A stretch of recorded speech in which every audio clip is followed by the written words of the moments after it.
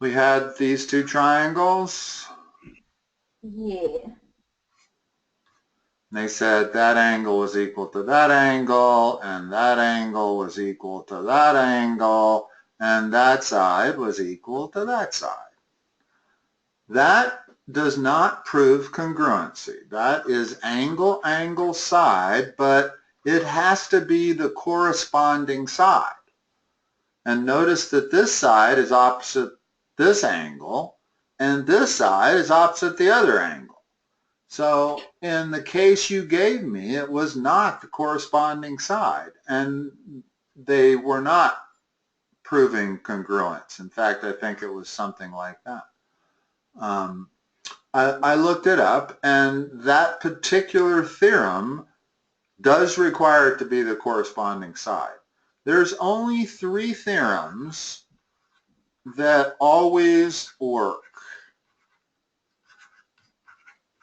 Those 3 right there. Yeah.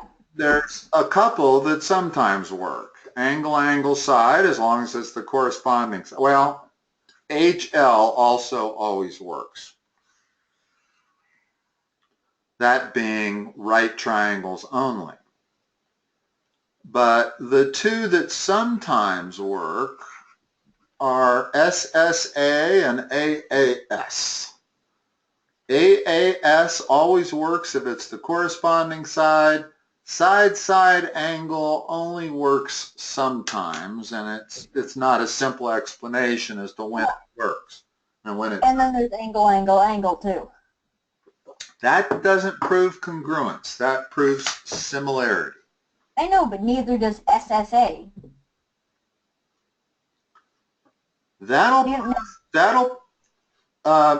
SSA actually works as long as, let's say I have something, well, let me draw it so it's not a right triangle.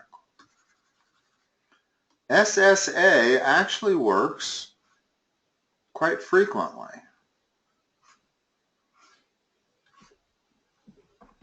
Say that's 30 degrees, that's 30 degrees, that's 10, that's 8, that's 10, that's 8. That's SSA, right? Mm-hmm. That is not proof congruency, and I'll show you why. This second triangle, in some cases, it all has to do with trig functions.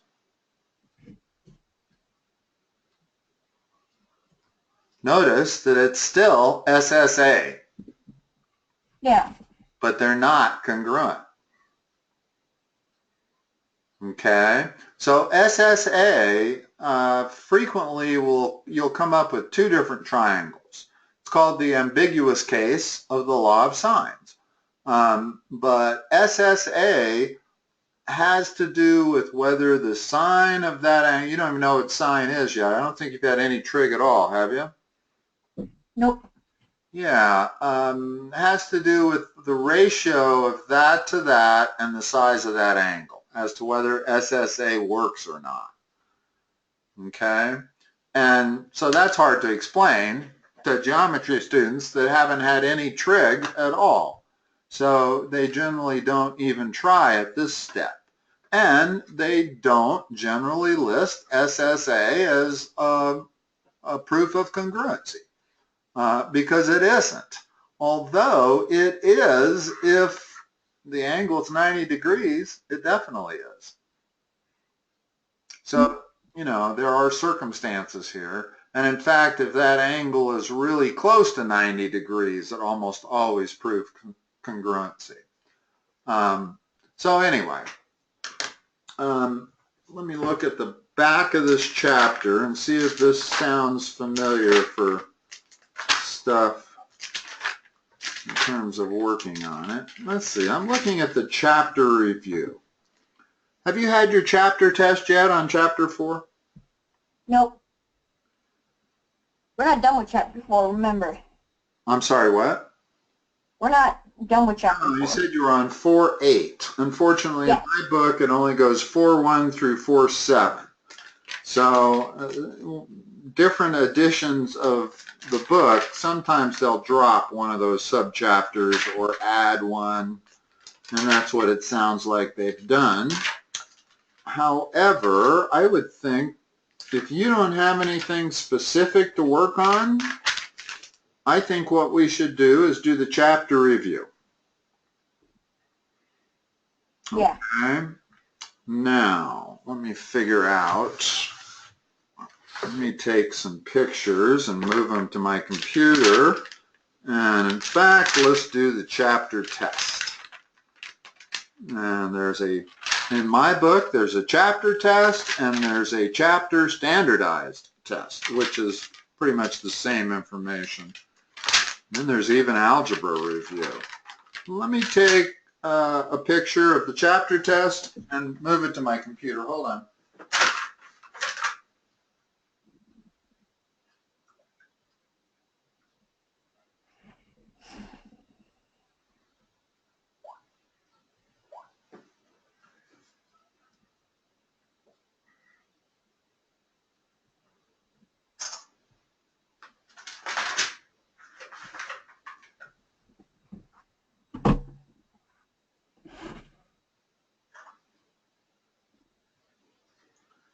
That was weird. When I took that picture, it didn't make that nice snap.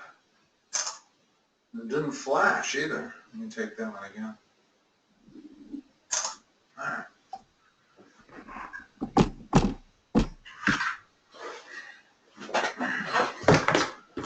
Hold on a minute. I got to pull them up on my gallery and send them to my email. Let me do the first one. A lot of times when you're sending these pictures, if you put 2 or 3 on the same email, it takes a while to get to me. So I do one at a time. Unless now I can do the other 3. And if they take a while, we'll have something that we're already working on while it gets there. Okay.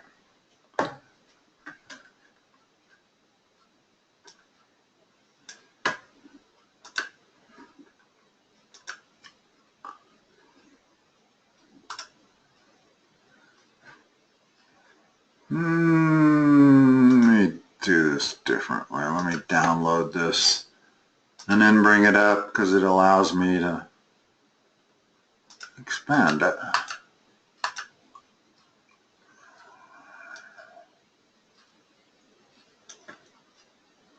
All right. Let's just start from the top. Let me blow it up a little bit so you can see it just a little bit better. All right, identify all triangles in this figure over here that fit the given description. How about isosceles? What? Tell me all of the isosceles triangles in this picture.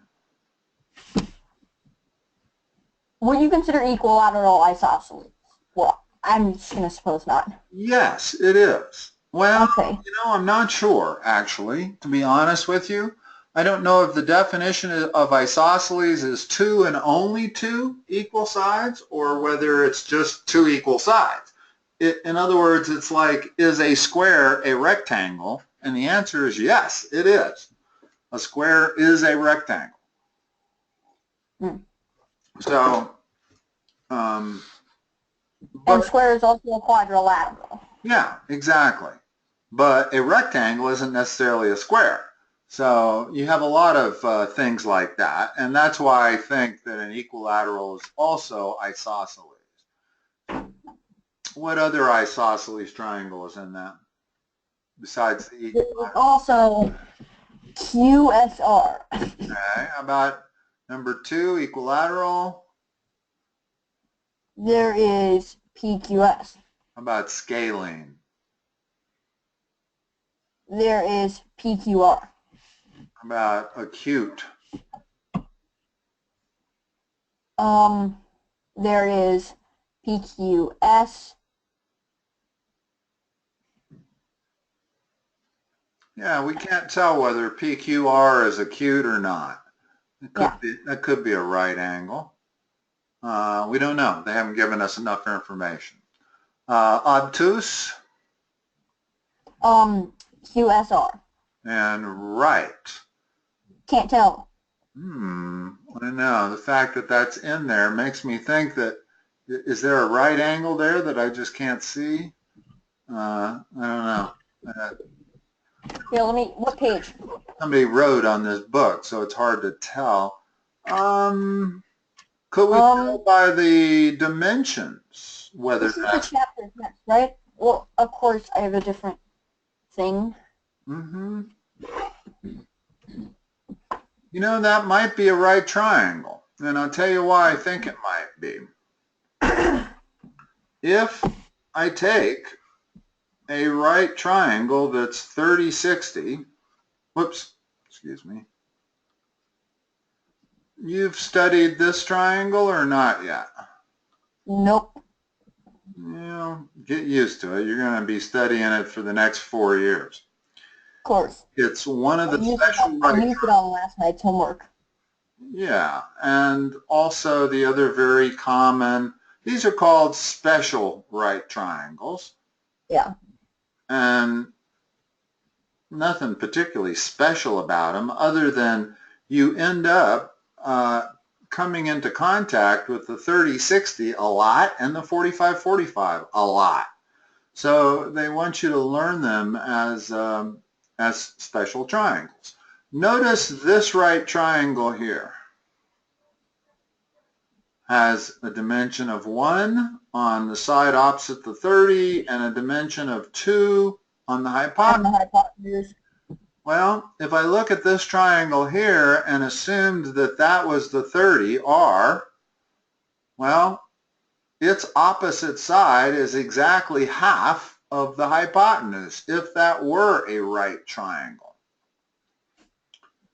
But guess what? That does not prove a right triangle. Having 2 sides only does not prove that that is a right triangle. I could draw a triangle that was not a right triangle that had one side that was exactly half of another. So all I got to do is change these angles. And they don't tell us what any of these angles. Well, we know the angles are 60 degrees here. So I know this is 60, 60, 60. Oh, now we're getting somewhere. I just discovered something. If this is 60, 60, 60, what's this angle right here that I'm pointing at? That would have to be 120. Which makes Q and R what?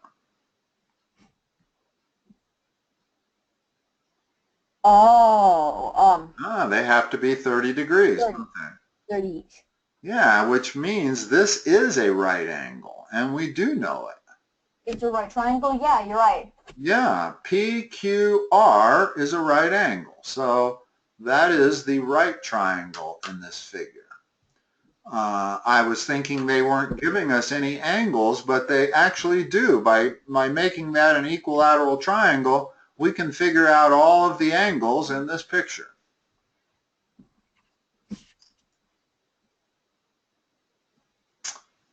All right, how about number 7, a nice algebra problem.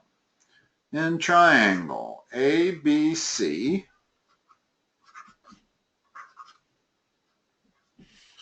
that's 116 degrees.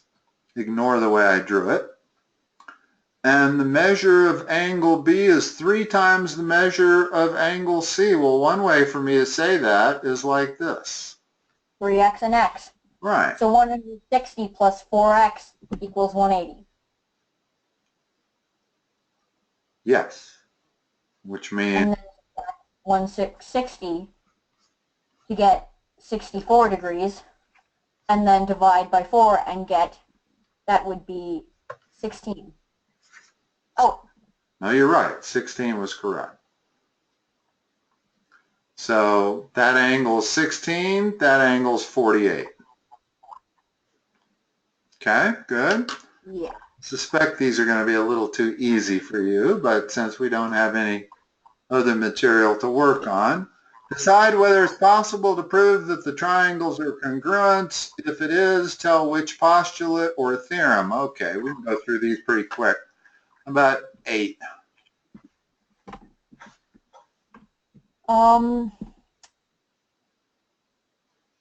Yes, we can. Based on?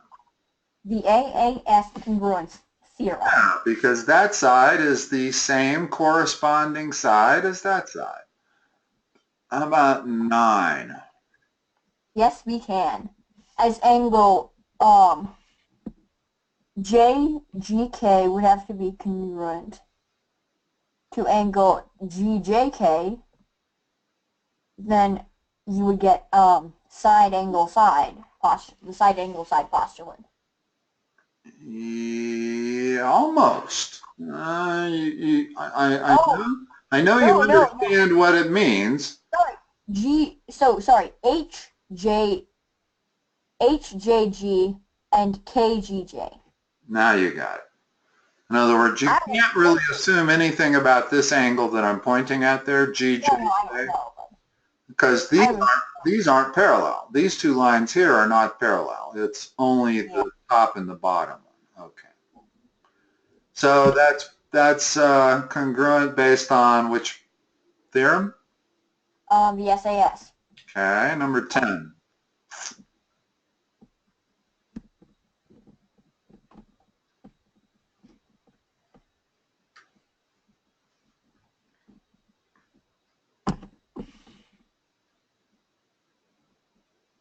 And with number 10, due to the reflexive property of congruency, you can get that segment MP is congruent to MP, yielding an angle side angle congruence. Okay, how about number 11?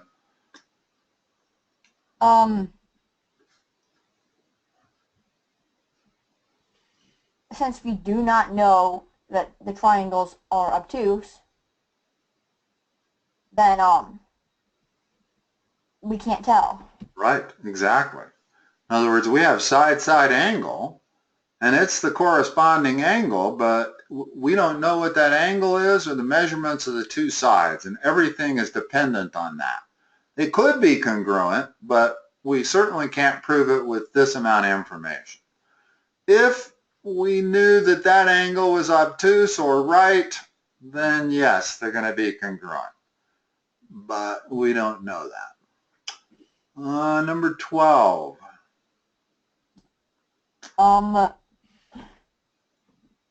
There is certainly not enough information. On 12? Oh, no. See, wait, yeah. Which is the one theorem that pertains to right triangles only? The right triangle congruence theorem. Which is HL, right? Oh. In other words, all you need is the hypotenuse needs to be equal and one of the short sides needs to be. Because XZ is congruent to XE due to the reflexive property of congruence. So now you can use HL. There's also the fact that if you have an isosceles triangle and if you have a vertical drop from the vertex and it makes a right angle, then that bisects this baseline. So we also happen to know that WZ equals ZY. But as is the case with lots of triangles, you can frequently figure out, multiple ways to prove congruency. So I guess the trick here is what's the quickest way? And it's HL. All right. How about 13? Okay. 13. So we already have the right triangle. Oh, no. We can get this already due to the number one, the fact that angle KMJ is congruent to angle HMG due to the vertical angles theorem, vertical angles congruency theorem, and then due to the right triangles, and then due to that we already know that KMJ is a right triangle. Right. So then we can use the HL theorem. Exactly. Okay. How about number 14? Find the value of x. So what I'm first going to do is subtract 70 from 180 and get 110. Then dividing 110 by 2 would give you 55. So x must equal 55 degrees.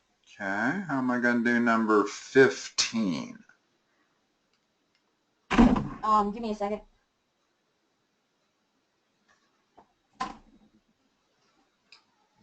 I had to let my dog out in my room, so he wouldn't be whining. But I know how that goes.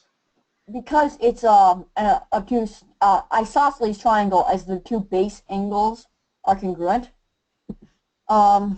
we already know that, is that 3x minus 4? Yes. So 3x minus 4 is congruent to 2x plus 1. Then I would just add 4 to both sides and get 3x equals 2x plus 5. Then I subtract 2x. I subtract 2x and get 1x equals 5. X equals 5. Good. How about number 16? So since it's an isosceles triangle, that other base angle must be congruent. Must be 65. You add 65 twice and you get 130. So 130 minus 180 equals 50 degrees, meaning x must equal 50 degrees. Okay. Well, let's write a 2-column proof. Oh god. Are you still having to do that? Yeah, of course, I have to prove, but it's not hard. What's that? It's not hard. No, it really isn't. It really isn't. Once you get used to doing them, especially with congruent triangles, it makes a lot more sense with congruent triangles. Yeah. So first statement is always what? The given. So segment BD is congruent to EC.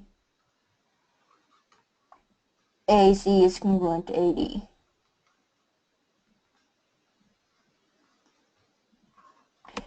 And that's the given. Yay. Okay, if we look at that picture and we're trying to prove, and sometimes it's helpful if you put that down at the bottom, we're going to prove this. I don't do that because I go down. So, like, I don't run out of space. Although it's helpful. Yeah, I don't have to write it, but I know that's going to be the last line, right? Yeah. Okay. Well, I'll erase it for the moment. Let's look at this. And the best way to do a 2-column proof is for you to tell me how you're going to prove that AB equals AE. What logic? So number 2.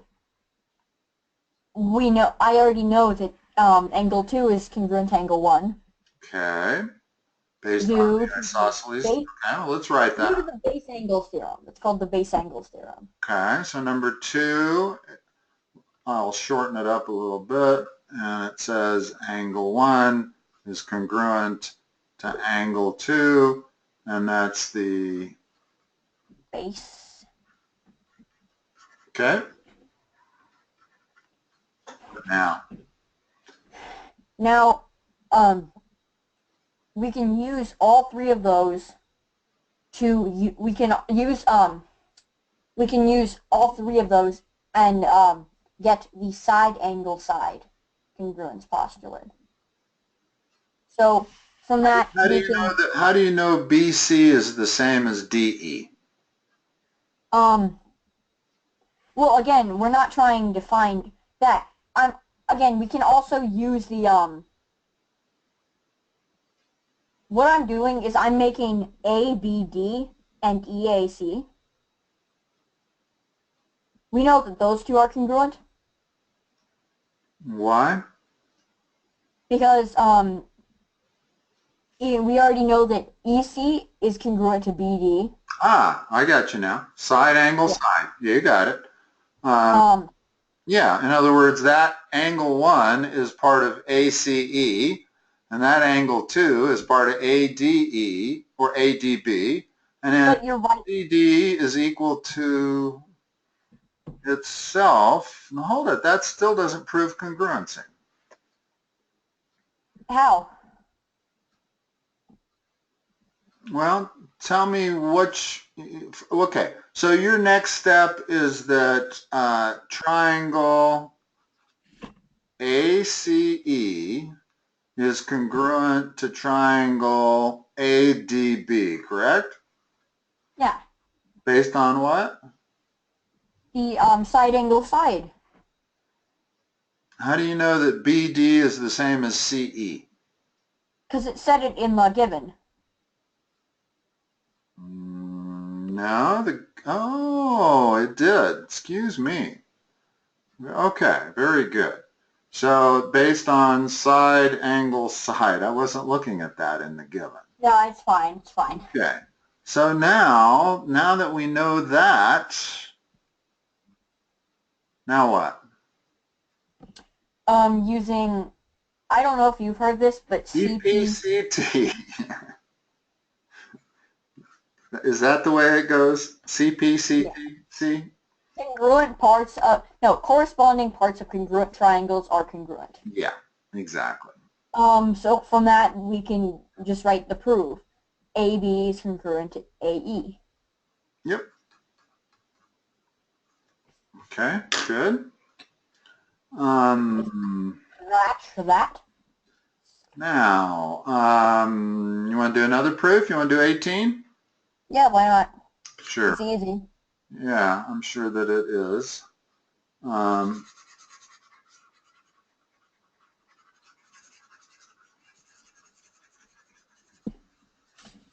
It's good that they gave us 2 sets of parallel lines because that makes it so easy and practically brainless.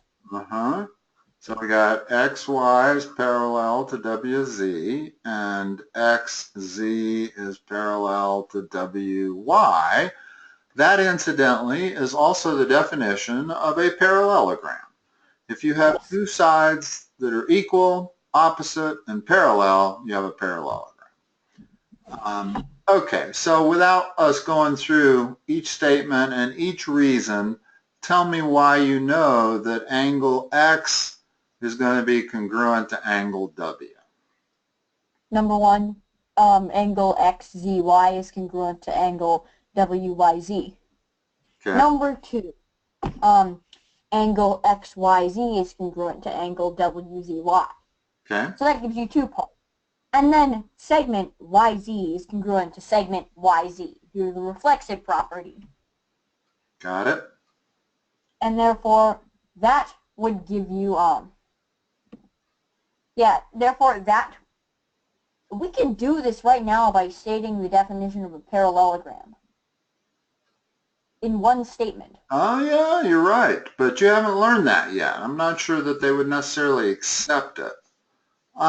And let me think for a moment. If you have strictly parallel lines, opposite pairs of parallel lines, I guess you always do have a parallelogram. And so one statement would say it's a parallelogram. The next statement would say X equals W because it's a parallelogram. And in parallelograms, opposite angles are equal one another. But I don't think that's what they want you to use on this one, because you haven't really been taught parallelograms yet. So they might actually accept that as an answer, but they want you to do it by proving this triangle is congruent to this triangle. So I already stated those things. Yeah, you had angle, side. So then we know that those 2 triangles are congruent, and then using CPCTC, we can get that. Right, yeah. Exactly. Okay. All right, good. 19, a right triangle with lengths of 4 and 7. What's the hypotenuse equal to? Wait. I need to look at my 2, or can you just put the scale factor up there? I put mine in my notes somewhere. What are you unable to see here? In other words, we're not looking, I've drawn the problem over here on my tablet. We have a right triangle whose legs are 7 and 4. How do you solve for the hypotenuse? Oh, a squared plus b squared equals c squared. Okay. Pythagorean Theorem. So 49 plus 16, which would equal 65, right? Uh-huh. So the square root of 65 is the hypotenuse. Okay, good. I'm going to point out something here that I tell everybody. Most people, if I ask this problem, they're going to start here, where you started also, equals c squared, and then they're going to solve for c. Okay? Well, over the next 4 years, you're going to have to solve so many right triangles that it makes sense not to always have to go back to the Pythagorean Theorem. In other words, what is c? C is the square root of a squared plus b squared. This is the way I kind of like to see you memorize that. And I don't say that very often. It's rare that I tell somebody not to go back to the general formula because you can always figure it out from that. The only reason I tell people this is because you're either solving for the hypotenuse or you're solving for a short side. And the short side is c squared minus the other short side. And so if I'm solving for b, it's b squared minus a squared. And you might say, well, why should I memorize all 3 of these when I know this and I can solve for all 3 of them? And like I said, it'll speed things up for you. If you remember, and actually you really only have to remember those 2. The key thing is that when you're solving a right triangle for one side, the answer always begins with square root of. Because a lot of people will get this wrong. They'll leave out the radical sign. They'll say c is either the square root of a plus b, or they'll say it's a squared plus b squared. But I highly recommend you memorize those 2 and always go directly to those 2. You don't even need to memorize that because this second one here is solving for one of the short sides. Okay, so you got square root of 65. Now I'm going to give you a couple of others.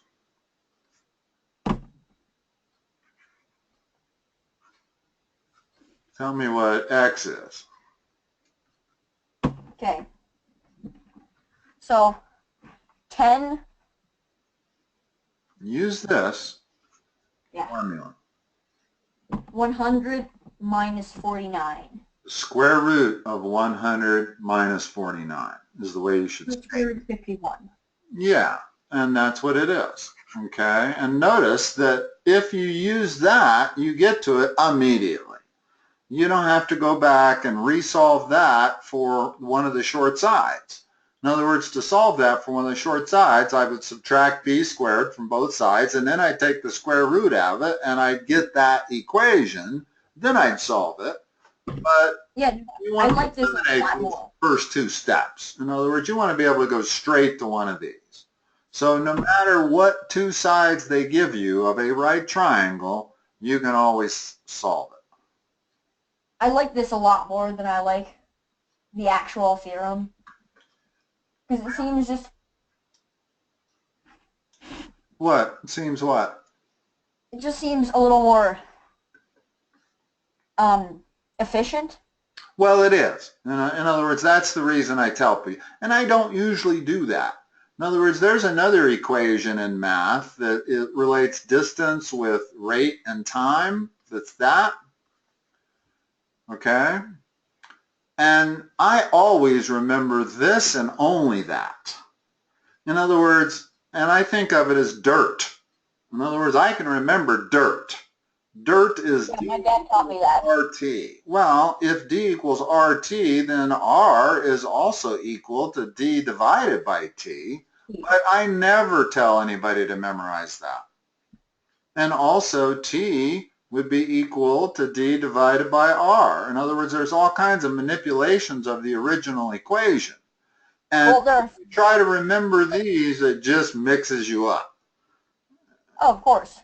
In other words, if I really did try to remember all three of these, I'd make a mistake more often than not. So in a situation like this, I always tell people memorize this and only this. And then you can always manipulate it. Well, the only reason I don't... I'm sorry, what? Like the formula weight equals mass times gravity. We're working on these a lot in science. Like these manipulative, like these equations that you can manipulate. Right, exactly. And usually you want to just memorize the basic equation, okay? The difference with the Pythagorean theorem is, first of all, this is one of the most important theorems in all of math. In fact, when I started doing a monthly mailing to all my students, this is what I began with, was the Pythagorean theorem as the most important, one of the 100 most important math developments in history is the Pythagorean theorem. And there's all kinds of proofs. It's not the easiest thing to prove.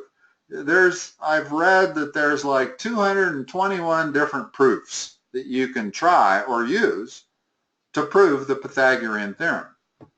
It's not easy at all. I remember our geometry teacher when I was in high school gave it as a class task. He wanted to know if anybody could prove it. And only one person in the class proved it. And you know how you basically prove it? You draw these squares. Well, this is one way. There's multiple ways to prove it. But you basically prove that the area of square 1 plus square 2 always equals the area of square 3. And that is a sufficient proof. In other words, if you can prove that the area of 1 plus 2 equals 3, then that proves it. Notice why it has to be proven. And then this is an interesting aspect about mathematics. I can find in fact, I can find an infinite number of right triangles that all agree with that. Okay, no matter what right triangle I find, it's going to agree with that. That does not prove it, because I cannot try all of the potential right triangles. So even if I try a million different right triangles and all million fit this, does not prove it. That does not mean that the millionth and first one that I try won't work. Okay? So that's the thing about mathematical proofs, is somebody had to prove this. And they had to prove that it worked regardless of what numbers were used. And, well, I should say not with which numbers, but you can't just find a right triangle where this works and a bunch of them and say, well, it's got to work for all of them. That's not the way mathematical proofs work. You have to prove that it always works, no matter what A and B you were to put in there. Okay. 20 looks a little bit interesting. A square with side length S and vertices, find the coordinates of the midpoint of a diagonal. Okay, well, let's draw a square with side length S and a vertice at S comma S. And then I'm going to actually put the coordinate grid on there. So it makes a lot of sense. You can see why that upper right vertice is at S comma S, right? Mm-hmm. Okay. Now let's draw a diagonal and figure out what the coordinates of that is.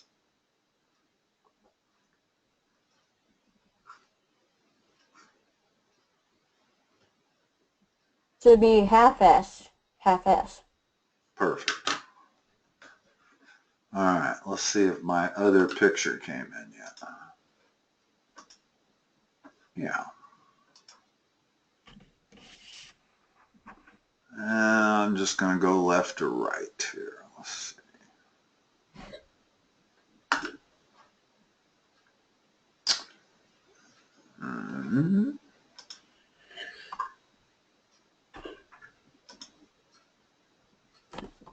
All right, chapter tests.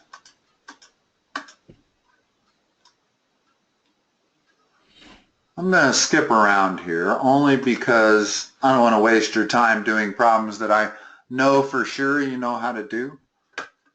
So let me see if I can find some that I'm not positive that might give you a little trouble. What do we got? We got 15 minutes here. Let me think here. All right, one number 2. What's the measure of BCD?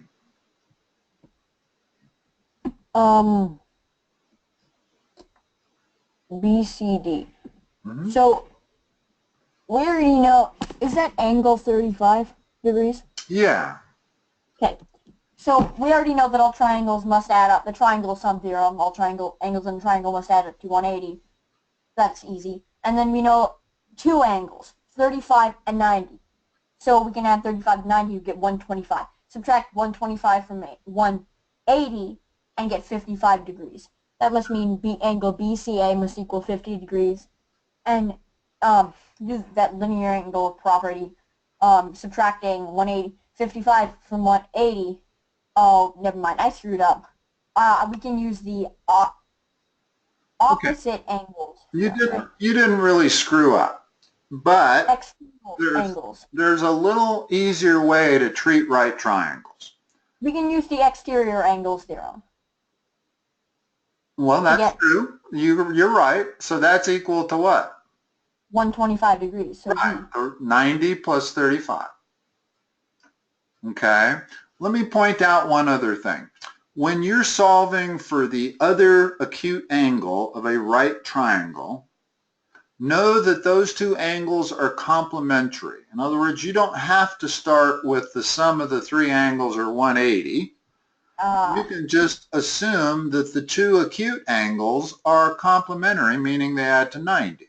So you can immediately, a little bit quicker, come up with 55 there. But, and once of course you put 55 there, you know that that's a linear pair, and so this has to be 125. But actually, the way you did it, the exterior angle was the quickest way to do it of all. Have they made it a theory out of that, though? I'm sorry, what? Have they made a theory out of it, though? Yes, they have. Theorem. Yes, the 2 acute angles of a right angle are always complementary. And the reason that's always true is because the other angle is always 90 degrees and the sum of the angles are 180. So if you subtract the 90 from the 180, these 2 always have to total 90. Yeah? Mm-hmm.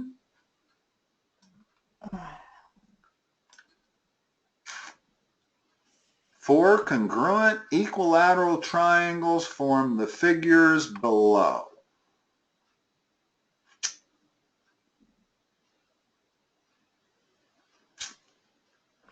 It's okay. Let me blow it up just a little bit. There, that's probably a little better. I think the answer is B.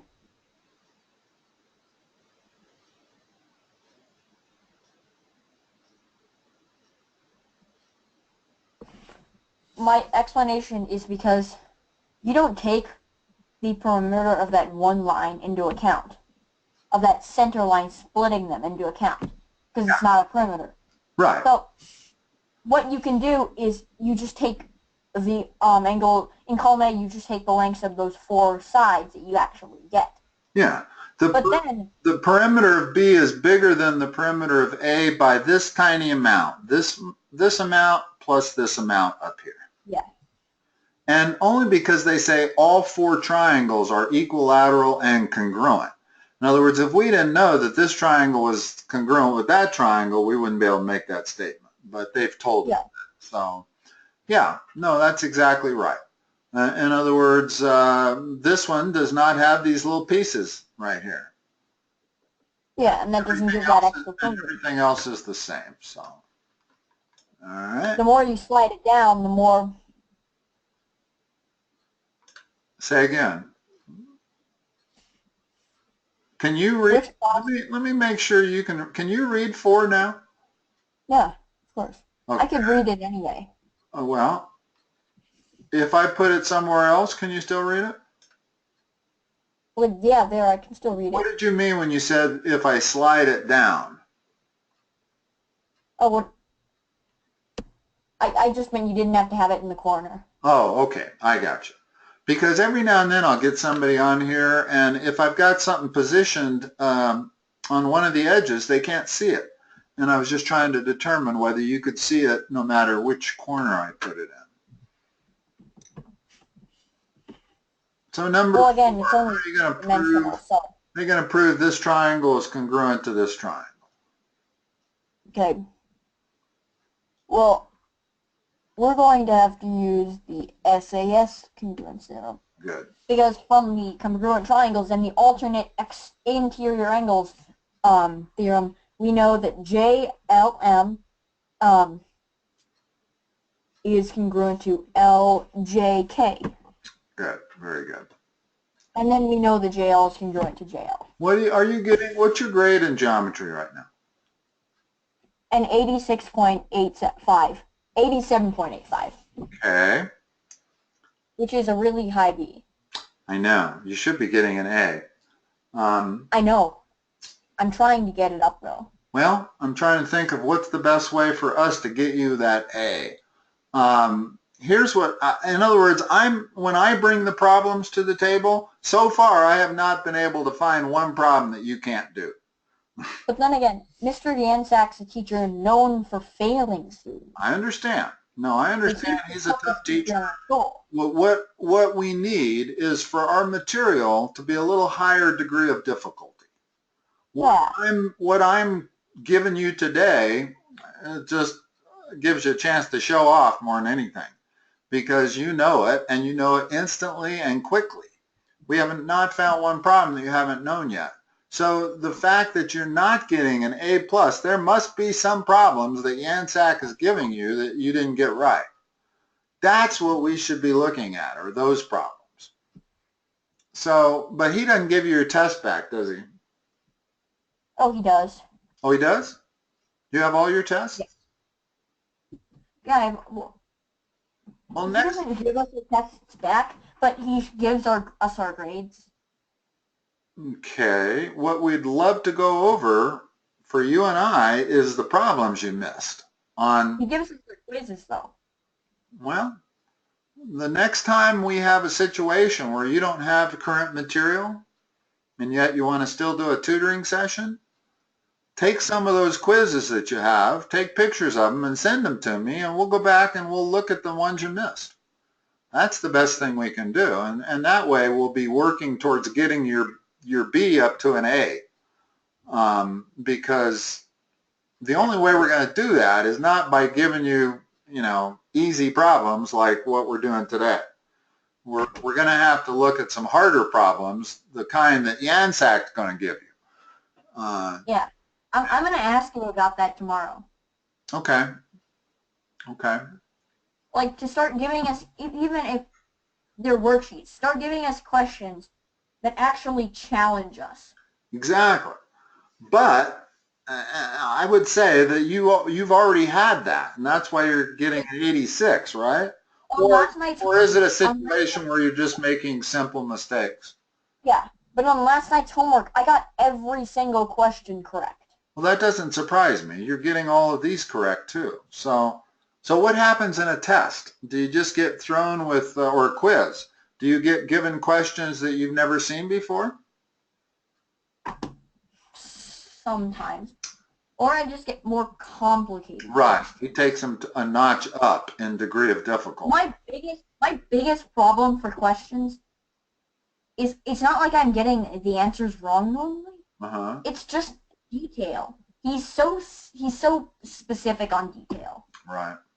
And I don't hate him. I don't hate him for that. That's not bad. No, it is. But It's like a drill sergeant. The tougher they are, the tougher you become when you get through their. But also, a lot of the times, if I'm trying to do that detail, I don't have enough time to finish. Okay. Like That's interesting. He gives us like half a period for a 4-page quiz. I don't think speed is your problem. You're plenty fast. So. No, but like he gives us a half an hour, like a half a period for a 4-page quiz. Does anybody finish it before you do? Yeah, quite a few, but. Do they really? But I'm trying to like get the detail down. And granted, I could work a little bit faster. But. Well, that's always a fine line. In other words, you always have to make a call between doing something fast or doing it as accurate as you can possibly do it. Now, usually, if you do something as accurate as you possibly can, it slows you down a little bit. Like on the SAT or ACT, you have to do both. Well, you actually have to give more credence to speed on the SAT. I know, but you have to. You can't afford you don't need to sit there and check every answer to make sure that it's correct. You can't put 3 minutes or 2 minutes into every question. You only get a minute per question on average. So you're always having to make a call between how much time you spend checking your answer and how much time you spend coming up with it. So that's something you're just going to have to get used to. But in terms of us working together, it would sure benefit me if I was able to see some of these harder degree of difficulty problems that Jansak is giving you on these quizzes. Then we'd have a more productive session. Not that this is unproductive, it isn't, but it's just too easy. We haven't gotten to anything that's hard yet. Whereas Jansak must be giving you hard stuff, or you wouldn't be getting an 86, you'd be getting 100. Yeah. How many kids are in your class? Your honors class? I'm going to give 21 kids. Approximately? And is that the only honors class there? No, he has 3 geometry honors periods. Okay. So there's a total of about 60 kids that are taking honors geometry? Yeah, I'd say like 70. You know, I had a girl last year who was taking honors geometry from Jansak, and she was tutoring every week, and she sent me all of her materials, usually, sent me a copy of them and some of the quizzes and stuff. Problem is, I didn't start working with her last year until like December or November. So none of the stuff that she sent me last year have you gotten to yet, but you're about to. But try to keep that in mind. Try to keep in mind the fact that Was she, go did it help her? Tuesday, you need something to send me. But did it help her or get a good grade? She improved her grade. I think she was getting like a C or a C minus when we first started working together, and she ended up getting it up to a B by the end of the next semester. I'm not sure what she got in the first semester. I didn't have that much time to work with her. Started working. But I'm really working hard in geometry. What's that? I'm really working hard in geometry. It's a very, very, very hard class. I have no doubts. And I know that Jansak can give you very tough problems. But the best way for you to combat that is to practice tough problems. And you've got that opportunity with me.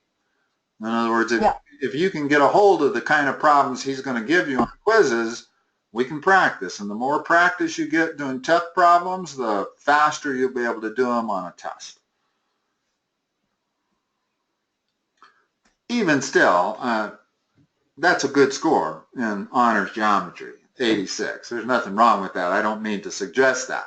It's just that I do think you're smart enough that you really probably should be getting an A. To me, 87 isn't a good score. No, I'm sure that it's not relative to your history with math. No, relative to my history, it is a good score, but relative to how I want to be performing, not good at all. No, I agree with you. I was always disappointed with anything less than an A in math. And in fact, I'm not sure I ever got less than an A in high school in math. Once I got to college, then things changed a little bit. You know, you get into some of those higher math classes, and it's not so easy to always get A's. But anyway, think about that for next Tuesday. See if you can send something to me in advance that is representative of what YANSAC is making you do. Because this standardized test at the end of the chapter is kind of worthless for you. Yeah. I'm just glad I don't have a lot of homework so I can get the math done. It doesn't have to be your current homework. If you even could get a hold of your quizzes that you hadn't gotten 100% on, like if you got a quiz you only got an 85 on, let's look at that. Let's look at the ones you missed. Like, I'm going to email my teacher now. Okay. Okay. Well, I got to run, so I will let you go. You have a good week, and I will talk to you next Tuesday. All right? Bye. All right, Bolton. Bye-bye.